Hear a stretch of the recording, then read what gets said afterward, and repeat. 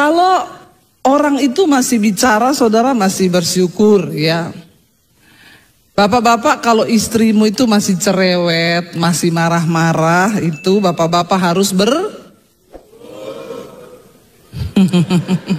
ngomong bersyukurnya itu ndak rela loh.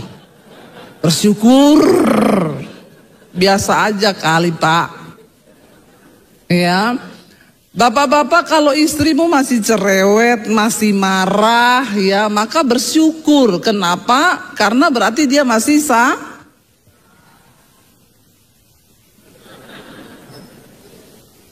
ya, dia masih sayang.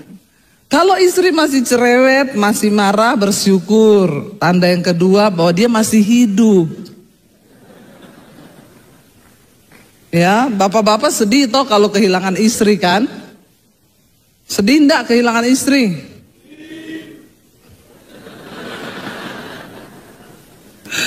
Saya curiga bapak-bapak ini yang ngomong kencang-kencang ini, ketika saya tanya istrinya mana, enggak ada. Tapi ibu-ibu juga jangan terlalu cerewet ya. Ibu-ibu cerewet boleh, marah boleh, tapi jangan Kita balik lagi saudara. Anak-anak muda, kalau orang tuamu sudah diem, dia nggak mau tegur lagi. Hati-hati loh, hati-hati. Itu berarti dia sudah sampai pada tingkat yang ya udahlah, malas. Demikian juga istri-istri, kalau suamimu itu sudah diem, ya, hati-hati juga. Coba cek, takutnya dia kena stroke. Ya. Jadi yang namanya diam itu 400 tahun Tuhan diem, Tuhan diem. Kalau Tuhan yang diem bahaya nggak? Bahaya loh. Kalau Tuhan udah nggak bicara lagi dalam hidup kita tuh bahaya saudara. Selama Tuhan masih bicara, bersyukur, berarti Tuhan masih bicara. Entah lewat apapun kan Tuhan bisa bicara toh. Tuhan bisa bicara lewat hamba Tuhan, lewat khotbah. Tuhan bisa bicara lewat masalah. Tuhan bisa bicara lewat teman. Tuhan bisa berbicara lewat apa aja. Tapi saudara, dari zaman perjanjian lama itu sampai perjanjian baru 400 tahun masa kekelaman, masa kegelapan. Karena Tuhan diem. Nggak ada suara. Kita lihat bersama penghukuman demi penghukuman sudah Tuhan lakukan, tapi manusia tidak mau bertobat. Ya, ketika kisah saudara Sodom dan Gomora, ya Tuhan itu marah kepada manusia berbuat dosa, mereka melakukan segala kejahatan dengan begitu rupa. Bahkan Alkitab berkata mereka menukarkan persetubuhan yang wajar antara laki-laki dan perempuan itu dengan yang tidak wajar. Laki-laki melakukan kemesuman dengan laki-laki. Zaman itu homoseksual, lesbian sudah ada. Tuhan marah manusia berdosa, suruh bertobat, tidak mau bertobat. Tuhan bicara, tidak mau bertobat. Akhirnya penghukuman datang. Sodom dan Gomora dihancurkan. Saudara tahu Sodom dan Gomora itu di mana? Itu loh di laut mati itu. Tidak ada kehidupan. Lalu penghukuman juga datang lewat Nuh. Pernah satu dunia itu dibinasakan oleh Tuhan lewat air bah. Kenapa? Karena manusia berdosa. Tapi tetap nggak mau bertobat. Bahkan Alkitab berkata, Tuhan bilang bangsa Israel, mereka membelakangi aku, mereka menimbulkan sakit hatiku karena perbuatan-perbuatan mereka yang jahat. Tapi kita bersyukur saudara, selalu ide untuk menyelamatkan manusia itu selalu datang dari Tuhan. Tuhan yang kepengen menyelamatkan manusia yang dia ciptakan menurut gambar dan rupanya, yaitu saudara dan saya. Karena itu saudara, ya kita lihat dulu bersama, kita baca di dalam Galatia. Ya, Tuhan sudah menentukan segala sesuatu. Mari buka bersama Galatia pasal ya Saudara, dikatakan di sana Tuhan berfirman ya, setelah genap waktunya maka Tuhan mengutus anaknya ya, yang dikasihinya itu Yesus Kristus untuk menyatakan, sebentar ya, ini saya tadi tidak ada di dalam kamus saya untuk bawa ini, tapi Tuhan ingatkan ini. Mari kita lihat bersama Galatia pasal yang keempat. Galatia 4 ayat yang keempat, ini panas sekali ya saudara. Memang neraka mulai terbuka ini. Sudah mau kiamat, makanya harus bertobat. Galatia 4 ayat 4 baca bersama yuk, 1, 2, 3. Tetapi setelah genap waktunya, maka Allah mengutus anaknya yang lahir dari seorang perempuan yang takluk kepada hukum Taurat. Ia diutus untuk menebus, ayat 5, mereka yang apa? Yang takluk kepada hukum Taurat, supaya kita diterima menjadi anak. Karena kamu adalah anak, maka Allah telah menyuruh roh anaknya itu ke dalam hati kita yang berseru, ya Aba, ya Bapa. Dikatakan di sana sampai genap waktunya. Setelah genap waktunya, maka Allah mengutus anaknya yang lahir dari seorang perempuan yang takluk kepada hukum Taurat. Ia diutus untuk mereka yang takluk kepada hukum Taurat, supaya apa? Kita diterima menjadi anak. Dan Allah menyuruh anaknya, roh Kristus itu ke dalam hati kita, supaya kita ini berseru, ya Aba, ya Bapa. Saudara, dikatakan sampai genap waktunya hampir 400 tahun. Lalu Tuhan berinisiatif untuk menyelamatkan manusia. Karena tidak ada seorang pun yang bisa selamat karena melakukan hukum Taurat. Berat, tidak ada yang bisa. Lalu Tuhan mengutus anaknya. Mari kita buka bersama Injil Lukas pasal yang kedua, saudara. Ya, Injil Lukas pasal yang kedua, kita lihat bersama ya bagaimana Tuhan itu mengasihi saudara dan saya.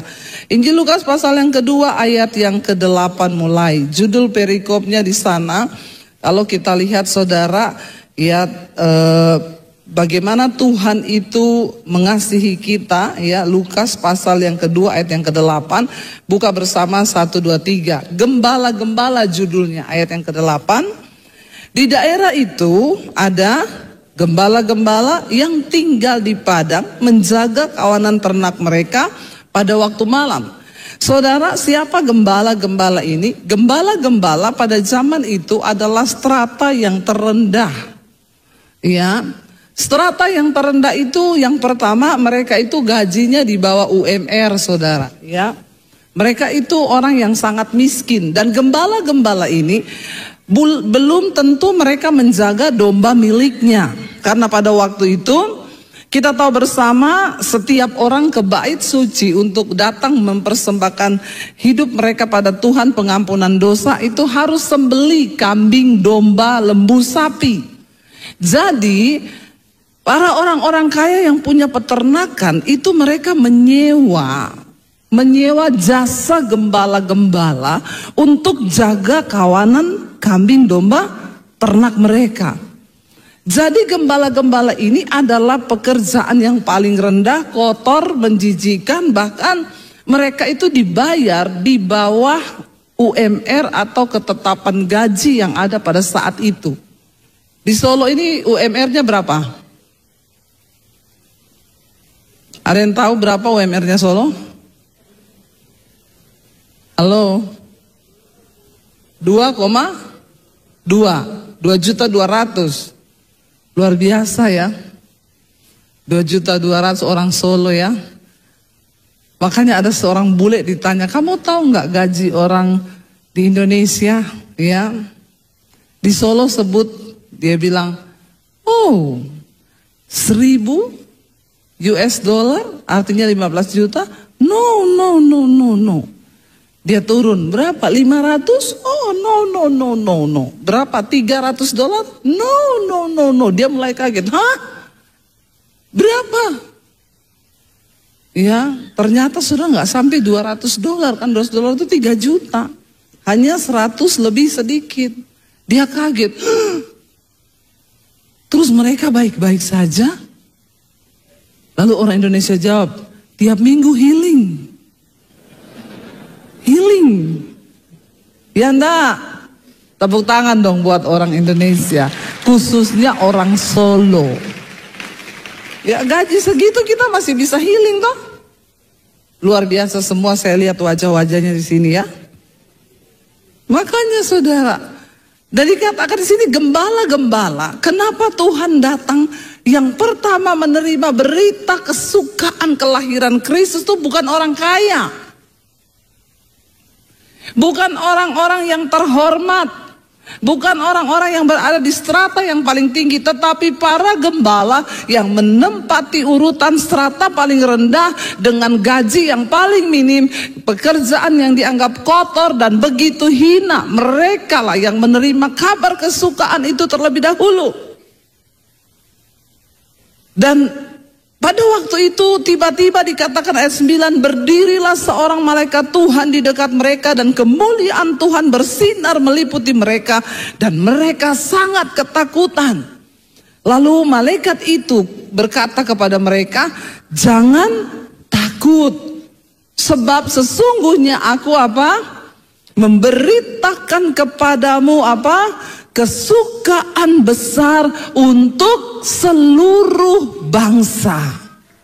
Amin. Kedatangan Kristus, berita tentang kedatangan Kristus ke dalam dunia itu adalah berita tentang kabar kesukaan besar. Kenapa saudara? Karena Tuhan tahu manusia itu butuh kesukaan. Butuh sukacita, butuh kegembiraan. Tetapi banyak orang salah, dia berpikir bahwa uang itu sumber kesukaan. Sehingga manusia mencoba cari cara untuk bersukacita. Bahkan sebagian orang berpikir kalau dia bersinah, dia selingkuh, dia melakukan dosa, maka keinginan jiwanya itu akan terpenuhi. Orang banyak salah. Jiwa manusia itu tidak terbatas. Dan jiwa yang tidak terbatas tidak bisa diisi atau dipuaskan dengan sesuatu yang terbatas. Uang itu terbatas. Seks itu terbatas.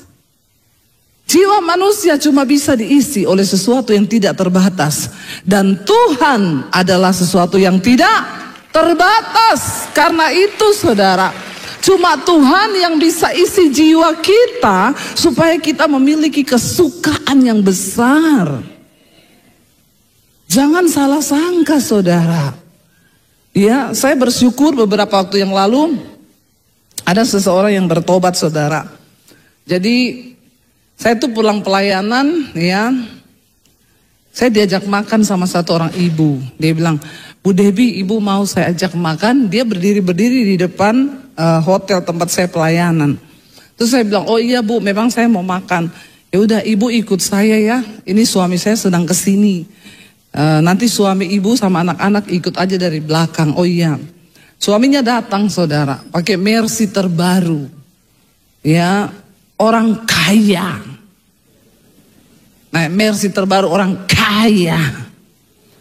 Saya disuruh masuk, saya masuk dalam mobil. Dia cuma jemput istrinya, dia enggak ikut ibadah. Saya nak masuk, terus istrinya bilang, Pak, ya, Ibu Debbie, saya ajak kita pergi makan ya. Dia pakai celana pendek, saudara. Dia sambil nyetir ngomong gini, saya ini sebenarnya paling malas loh pergi-pergi makan sama orang. Cuma karena ibu itu idola istri saya aja. Istri saya tuh fans banget sama ibu. Saudara, saya kan enggak minta makan toh. Digituin saudara saya di mobil. Dalam hati saya bilang ini orang sakit jiwa ya. Ya, untung manusia lama saya tidak keluar waktu itu. Saya berusaha sabar saja ya. Padahal pendeta juga manusia. Lalu akhirnya saya ikuti saudara. Sampai di restoran kita makan, pesan makanan. Saya, suami, istrinya ngobrol sambil cerita, ketawa-ketawa makan. Dia terima telepon marah-marah terus. Itu gimana sih? Kan saya sudah bilang harus beres ya. Ya udah bagaimana pakai siapa beresin itu. Mati teleponnya. Maaf ya Bu Pendeta, saya liatin aja dia saudara. Dia telepon, angkat lagi telepon. Iya itu marah-marah lagi. Kita makan, tapi kan terganggu juga ya. Ada orang marah-marah terus begitu ya saudara. Akhirnya saya sudah jengkel nih. Dia habis telepon taruh, maaf ya Bu Pendeta. Terus saya bilang begini, Pak maaf ya, Bapak itu memang orang kaya ya. Tapi Bapak itu enggak diberkati loh. Terus dia bilang, maksud Ibu, Bapak kaya ya. Tapi Bapak enggak diberkati Tuhan. Jadi Bapak berdoa sama Tuhan, minta karunia untuk menikmati Pak kekayaanmu. Bapak tuh kaya, Bapak pesen makanan enak banget. Saya menikmati. Tapi Bapak dari tadi enggak bisa menikmati makananmu. Kau marah-marah terus. Dia lihat saya begini. Dalam hati saya satu sama. Ya, satu sama. Lalu dia pulang saudara, kata istrinya, besoknya istrinya WA saya, Bu, suami saya marah. Dia bilang, pendeta gila. Ada pendeta berani bicara begitu sama saya. Saya bilang sama suami, mau saya bukan pendeta, saya YouTuber. Nggak usah tepuk tangan, nggak usah. Nggak penting. Akhirnya saudara, ternyata kata-kata saya itu masuk ke dalam lubuk hatinya. Lalu dia pikir-pikir, dia bilang, tapi benar juga itu pendeta bilang ya, saya ini kaya, tapi sedangkan makan aja nggak sempat. Dan memang benar, dia tiap hari marah terus. Ya, dia akhirnya dia dengerin khotbah saya, dia coba-coba buka secara diam-diam di YouTube. Dia bilang, coba saya mau denger nih khotbahnya pendeta gila ini. Pas dia buka, ada salah satu khotbah saya yang saya ngomong begini, saudara, saya itu pergi ke satu villa, saya ketemu dengan penjaga villa. Saya tanya, Pak, Bapak jaga villa sini sudah lama? Sudah 25 tahun, Bu. Terus kalau rusak apa-apa di sini, ya tinggal telepon bos saya di Jakarta. Oh, jadi Bapak sudah tinggal 25 tahun di sini. Kalau listrik rusak apa, iya nanti bos saya yang bayar. Saya lihat di situ saudara, anaknya berenang, istrinya goreng pisang, bapaknya ngopi. Saya tanya, Pak yang punya villa di mana ya? Di Jakarta, Bu. Dia sering nginap di villa sini, hampir enggak pernah, cuma dulu waktu baru. Saya salaman sama bapak itu, selamat ya Pak, Anda lebih dari pemenang. Anda lebih dari pemenang loh Pak, bener loh Pak. Ya punya karunia Saya bilang sama bapak itu, mungkin sekarang yang punya villa ini di Jakarta, otaknya lagi cekot-cekot. Pikirannya lagi stres, kenapa? Dikejar pajak, dikejar cicilan. Tapi Bapak luar biasa, menikmati 25 tahun, anak berenang, istri goreng pisang, Bapak ngopi. Saya bilang, nikmat mana lagi yang kau dustai? Haleluya saudara ya. Jadi yang lebih dari pemenang siapa? Bapaknya penjaga villa. Dia dengar itu khotbah saya. Dia bilang, itu kayaknya kayak sama saya itu. Akhirnya berapa hari kemudian dia WA saya, Bu Pendeta, saya suaminya ini, boleh konseling? Saya balas, yakin sama pendeta gila. Ya. Akhirnya dia bilang, saya itu Bu, benar yang Ibu ngomong itu benar sekali. Saya ini kaya ya Bu. Tiap hari marah-marah sama papaku, saya berantem, saya bertengkar. Papaku itu sok pinter. Tiap hari menasehati saya. Saya dengerin aja. Terus, ya udah kalau dia sudah gitu, saya marah, saya bertengkar. Karena saya tidak sepaham dengan papa saya. Terus saya bilang sama dia, Pak, Orang tua itu ngomong bukan untuk diajak berantem. Orang tua itu cuma butuh didengar. Kalau saudara dinasihati orang tua gini aja, enggih,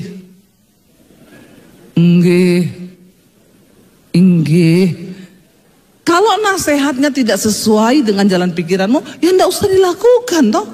Kalau baik ya lakukan. Soalnya bu, papa saya itu suka ngajari gini-gini. Iya, kalau diajari bapak gini, enggih. Soalnya bapak saya itu belum bertobat, dia bukan agama Kristen. Nah apalagi begitu, bapak itu harus jadi berkat, harus jadi kesaksian. Pak, yang waras ngalah pak. Oh gitu ya bu. Kalau bapak ikut marah-marah berarti bapak juga gila. Kalau dia pikir-pikir, betul juga ya, cuma sesimpel itu loh ngomong, iya pak, enggak usah dilakukan. Lo bener toh, kalau dia ngajari itu perusahaanmu harusnya begini. Dia bilang kan cara kerja orang dulu sama orang sekarang kan beda toh bu. Iya tapi kan bapakmu ndak ikut ke kantor toh. Emang dia ikut ke kantor pegangi komputermu, kalau itu salah. Tapi kalau cuma di rumah dia ngomong bapak gini aja. Nggih, iya pak, saya ke kantor dulu ya. Ndak usah diajak ribut. Tapi dasar orang stres semua, bener. Hidupnya itu nggak ada damai sejahtera. Kenapa? Karena tidak tinggal di dalam kebenaran. Tidak sungguh-sungguh mengundang Kristus hadir di dalam hatinya. Akhirnya dia coba praktekin. Dia bilang gini, coba saya coba praktekin ya. Bapaknya ngomong, dia, ya, pak, nggak ada berantem hari itu. Besoknya begitu lagi. Akhirnya bapaknya jadi berubah juga bapaknya. Lalu saya bilang gini, Pak, saya mau main ke rumahmu, saya mau doain papa mamamu, boleh nggak? Dia bilang gini, Bu, kita pergi makan ya, tapi saya ajak papa mama saya. Cuma satu ya Bu, jangan singgung-singgung Tuhan. Papa mamaku itu belum Kristen. Kalau ibu singgung-singgung Tuhan, ibu bakal diusir. Semua pendeta yang datang dia usir Pak Bu. Jadi tidak ada satupun yang diusir. Saya bilang, saya beda Pak. Lihat aja nanti. Kita pergi saudara, ketemu papa mamanya. Bapaknya itu ngomong, biasa kan kalau orang tua ketemu dia ceritain dulu-dulu toh. Karena orang tua itu memang yang dibanggakan yang dulu-dulu. Dulu, Om, suami saya gini, iya ya Om, ih dahsyat ya Om. Iya toh, didengar aja toh. Oh Om dulu. Ya Om, dulu waktu kucing belum berbulu. Pokoknya dulu-dulu semua saudara, dulu terus ya. Suami saya gini, iya ya Om, ih dahsyat ya, luar biasa ya Om ya. Dia senang akhirnya ngobrol sama saya, sama suami saya. Begitu mau pulang saya bilang, Bapak Ibu, kan saya pendeta, saya mau berdoa buat Bapak sama Ibu boleh?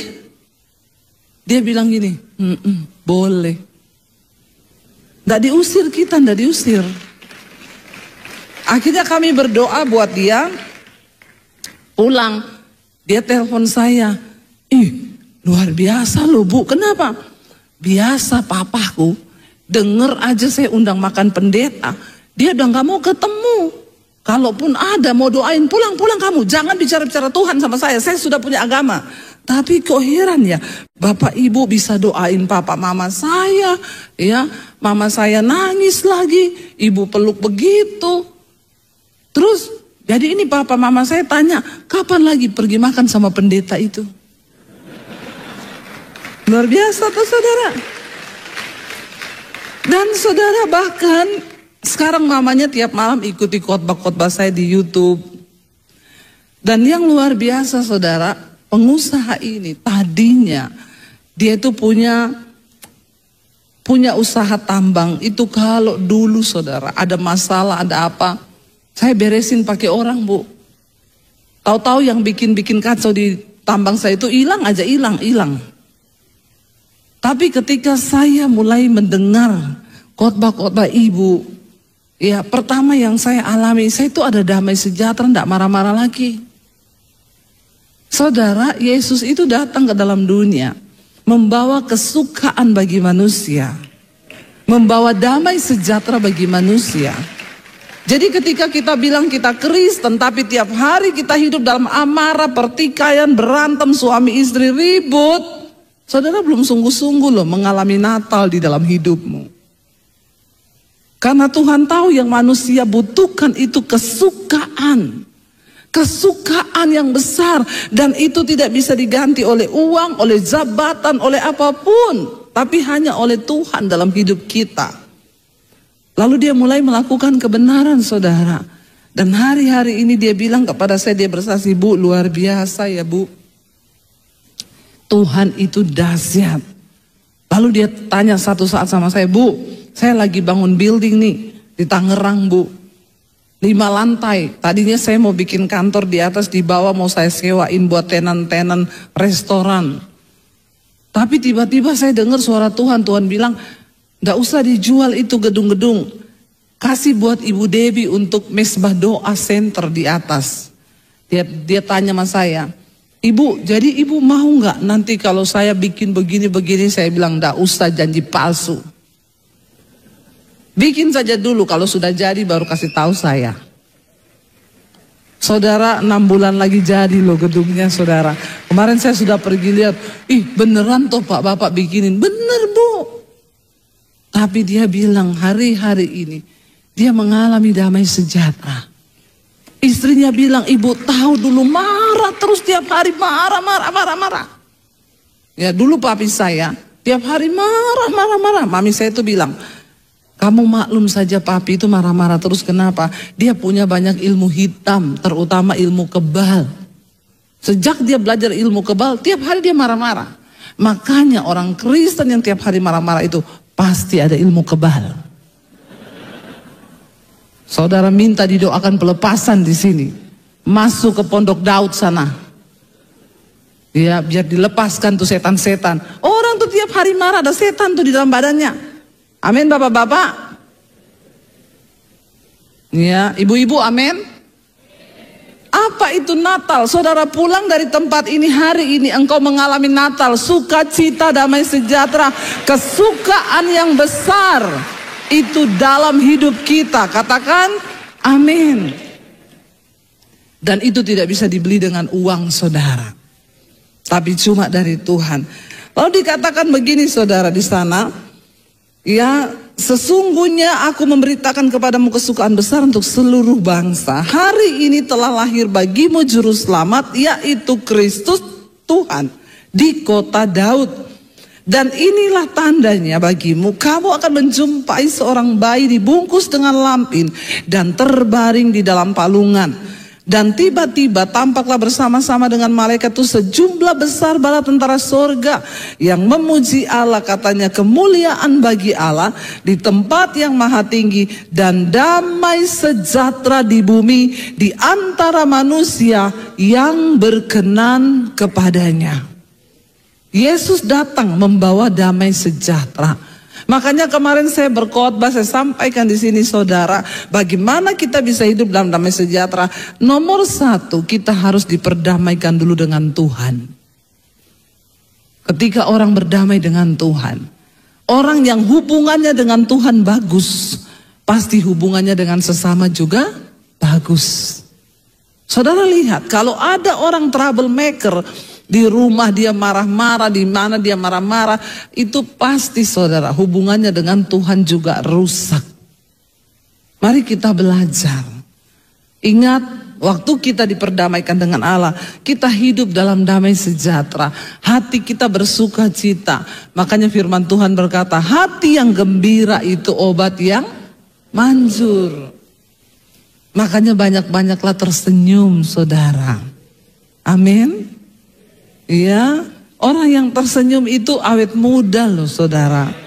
Ya, enggak perlu operasi-operasi, ya. Awet muda, tambah cantik karena banyak senyum. Ya, sebab Tuhan itu bekerja kepada orang-orang yang bersuka cita, orang-orang yang hidup dalam damai sejahtera. Mari kita menjadi orang-orang yang membawa damai sejahtera.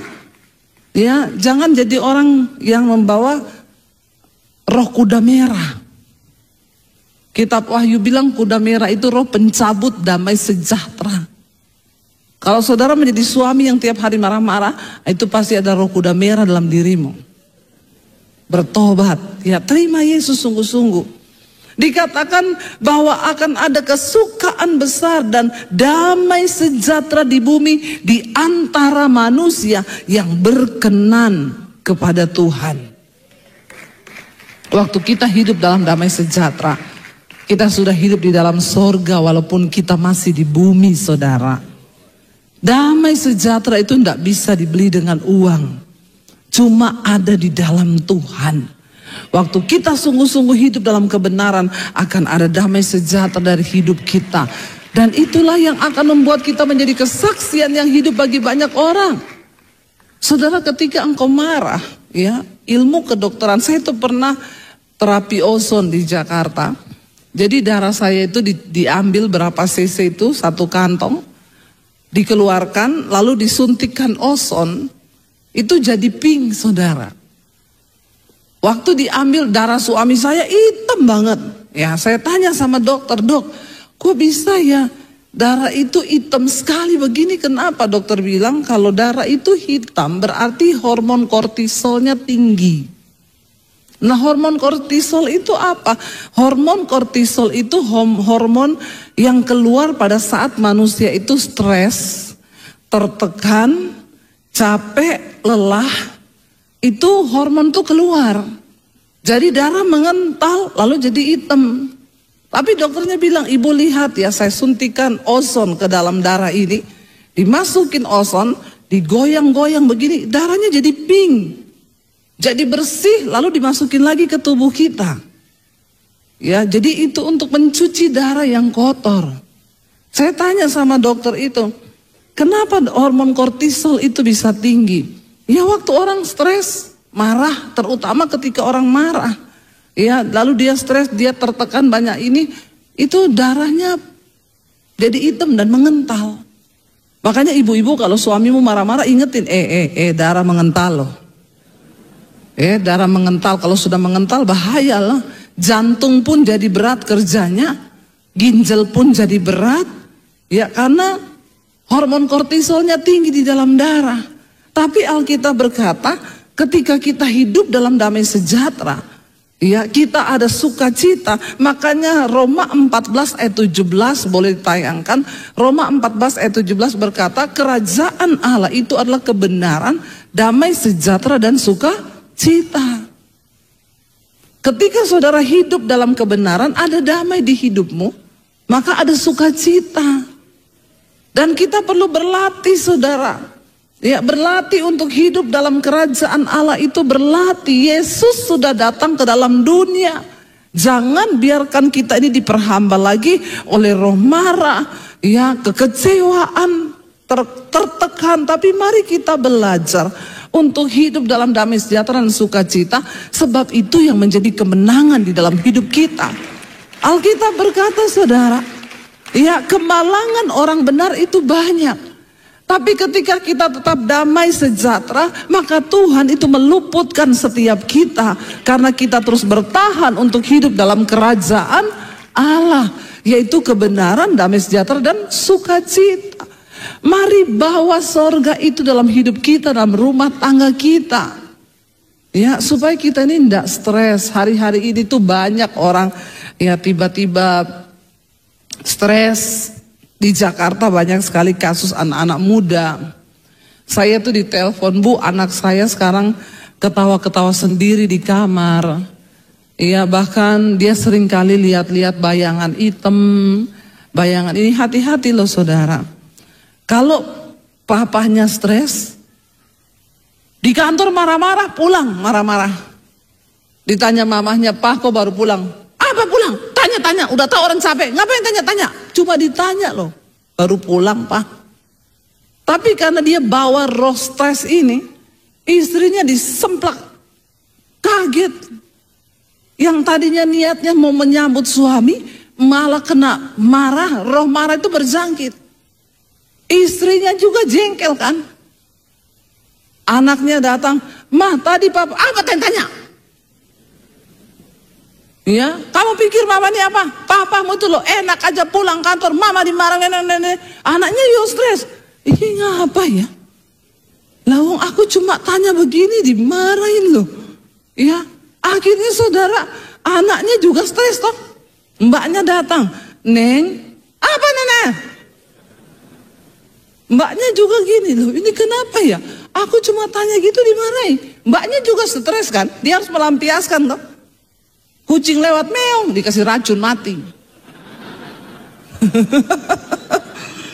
Jadi marah itu berjangkit saudara.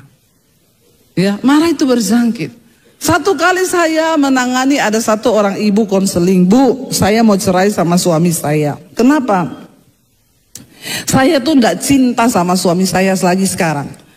Ibu tahu ya, suami saya itu, dia itu pelihara anjing bu. Terus, dia setiap pulang kantor, dia tuh enggak langsung masuk rumah. Dia belok ke kandang anjing di sebelah. Dia mainan sama doginya. Halo dogi, halo dogi. Saya enggak disapa. Jadi bu, saya mau tanya sama ibu, dosa enggak ya? Saya mau racuni itu dogi bu.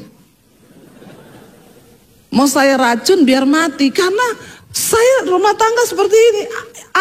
Suami saya lebih cinta sama doginya. Terus saya bilang gini, bu, daripada ibu racuni itu dogi, ibu pertama berdosa. Kedua, kalau ketahuan suami ibu juga bahaya. Lebih baik begini, ibu jangan marah ya, kan ibu konseling sama saya toh. Ibu lebih baik belajar dari dogi. Kenapa suamimu kalau pulang langsung ke kandang? Coba ibu intip.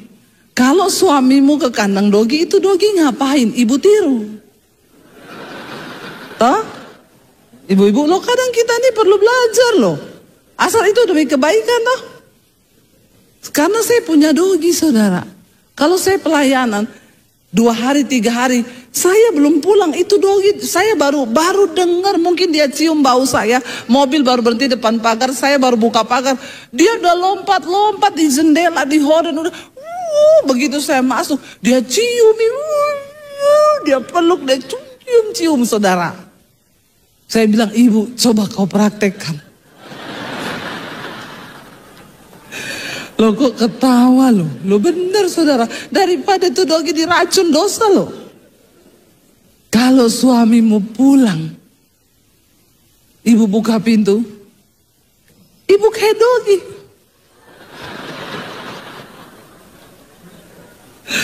Amin.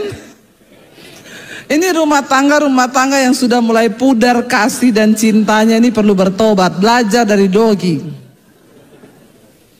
Saudara, ya, kenapa kita ini kekurangan kasih? Perceraian terjadi ketika suami istri ribut, berantem, anak itu stres loh saudara, stres. Kemarin ada anak bunuh diri di Jakarta. Ya, ketika ditemukan surat, ternyata dia curhatnya apa? Tiap hari saya lihat mama papaku ribut. Padahal dia lulusan cum laude loh waktu dia kuliah loh. Begitu lulus dia bunuh diri, lompat dari apartemen. Karena tiap hari lihat mama papanya itu ribut. Iblis hari-hari ini terus menebar roh kebencian, amarah, pertikaian. Apa itu Natal? Damai yang datang ke dalam dunia, damai yang datang untuk memulihkan hidup kita, damai, sukacita yang besar, berita tentang kesukaan. Itu yang sedang dunia cari hari-hari ini. Kenapa banyak orang pergi healing saudara? Healing kalau tidak ada Tuhan jadi sinting. Dengar baik-baik ya, benar. Ngapa? Pulang uangnya habis berlibur. Tidak ada damai, tidak ada sukacita. Saya itu saudara, ya diajak teman saya ke Bali. Ayo bu ke Bali, nginep di hotel bintang 5 di Bali. Saya dikasih hotel yang terbaik. Ibu tahu hotel ini saya bayar buat ibu 14 juta semalam. Saya pikir waktu saya tidur, terus saya terangkat ke awan-awan. Ternyata biasa aja tuh. Saya bilang sama suami saya, kayak gini ya hotel 14 juta semalam ya. Ya makanannya mewah, serba Saya bilang sama suami, memang benar ya say, tanpa Tuhan ya, tanpa Tuhan. Semua itu tidak ada arti. Ternyata sukacita dan kesukaan besar kita itu hanya terletak pada Tuhan. Hanya terletak pada Tuhan. Saudara tahu, saudara jangan iri sama orang kaya ya saudara. Kalau saudara lihat orang kaya enak ya jadi kaya. Belum tentu saudara, belum tentu. Saya ketemu banyak orang kaya. Ada satu orang kaya bilang sama saya begini, Bu, saya ini sudah di satu titik, kaya itu sudah mentok. Kenapa? Apa yang saya mau, saya bisa. Apa yang saya mau, saya bisa. Tapi Bu, ya saya sekarang hampa. Saya nggak tahu mau apa lagi. Saya bilang, yang kamu butuhkan tuh Tuhan. Dia mau beli mobil mewah yang merek apapun bisa saudara. Tapi saya bilang tanpa Tuhan tidak akan pernah ada kesukaan di dalam hidupmu. Tuhan yang sanggup membuat Rasul Paulus berkata, apa yang dulu merupakan keuntungan bagiku sekarang kau anggap rugi karena pengenalan akan Yesus Kristus Tuhan lebih berguna daripada segala-galanya. Itu pun yang membuat saya beralih meninggalkan hidup saya yang lama. Kenapa? Karena memang benar setelah saya kenal Yesus, saya bilang, Tuhan, kenapa nggak dari dulu saya ketemu Engkau? Kenapa nggak dari dulu saya kenal Tuhan? Saya merasa betapa sia-sianya waktu yang saya buang dulu hidup bagi dunia. Ternyata setelah saya kenal Tuhan, wow, bahagia banget di dalam Tuhan. Bahagia banget. Dan kita nih sebagai orang Kristen bersyukur loh saudara. Saudara ada masalah. Coba deh saudara ada masalah. Masuk di kamar saudara nyanyi saja. Ya. Tuhan selalu menolongku. Selalu menjagaku. Itu kita sudah netes air mata. Itu udah plong loh. Karena kita ketemu Tuhan. Sudah dijawab masalahnya? Belum. Kemarin saya ketemu satu orang, dia bilang, Bu, anak saya sakit kena gagal ginjal. Anak saya protes dan berkata, Tuhan ada di mana? Kalau Tuhan ada, kenapa saya kena sakit begini? Saya bilang sama dia, Bu, kita itu percaya Tuhan, bukan supaya hidup kita ini tidak ada masalah. Justru kita hidup di dunia yang penuh masalah. Dunia ini pembuangan loh saudara. Waktu manusia jatuh ke dalam dosa, kita dibuang ke dunia. Waktu setan jatuh, dia juga dibuang ke dunia. Jadi dunia ini nusa kambangan. Kita hidup sama-sama dengan setan di sini. Tapi saudara, orang yang menerima Kristus diberi kuasa, kita dipindah dari kerajaan setan masuk ke dalam terang yang ajaib. Kita memang ada di dunia, tapi kita bukan dari dunia. Tugas kita sekarang menyelamatkan mereka yang masih ada dalam kerajaan setan, pindahkan dalam kerajaan Allah. Amin saudara. Dan saya merasa waktu saya mengenal Tuhan Yesus, wow, benar. Karena itu, mari kita warnai Natal tahun ini. Ya, hidup kita akan lebih bersukacita, akan lebih damai sejahtera. Saudara, dimulai dari kehidupan rumah tanggamu. Saya berdoa mulai hari ini kita pulang ke rumah, kita bilang, Pak, Mah, ini sudah Natalan ya. Kita terima Yesus mulai hari ini. Tidak ada lagi rame-rame berantem-berantem ribut-ribut di rumah, amin. Kenapa saudara? Karena Tuhan bilang, di mana orang hidup rukun bersama, kesanalah berkat Tuhan itu diperintahkan. Waktu kita hidup rukun bersama kan ada Yesus, hidup rumah tangga kita diberkati Tuhan. Ya, saudara berantem terus, ribut-ribut terus, yang ada Tuhan udah mau kirim berkat nih, malaikat kirim ke rumah Pak itu Pak Bambang. Mau dikirim sama Tuhan, malaikat datang. Mau kirim mobil, lagi berantem. Malaikat bilang, lagi berantem mereka Tuhan. Nggak usah, anterin ke rumah Bu Dewi aja. Jangan sirik. Ya, waktu kita hidup dalam damai sejahtera, rukun bersama, berkat Tuhan itu mengalir dalam hidup kita. Amin. Makanya saudara, mari kita warnai Natal tahun ini. Kita hidup rukun bersama, ya. Dimulai dari rumah tangga kita, gereja kita. Nggak usah ada ribut-ribut. Kalau ada masalah yang besar dikecilin, yang kecil dihapus. Amin. Pastikan kita tidak sakit jiwa. Karena orang yang tiap hari marah-marah itu orang yang sakit jiwa. Tapi stadiumnya awal. Ya, jangan pikir orang sakit jiwa itu orang yang lari-lari di jalan gak pakai baju. Kalau itu nggak jiwa, itu korslet. Yang sakit jiwa itu yang marah-marah, dikit-dikit tersinggung, dikit-dikit baper, dikit-dikit koper, dikit-dikit bagasi. Nah itu ya, baper bawa perasaan, koper korban perasaan, bagasi bahagia nggak sedih, iya. Jadi jangan ya, biar Yesus hadir dalam hidup kita, kita mewarnai Natal tahun ini dengan sukacita yang besar yang dari Tuhan.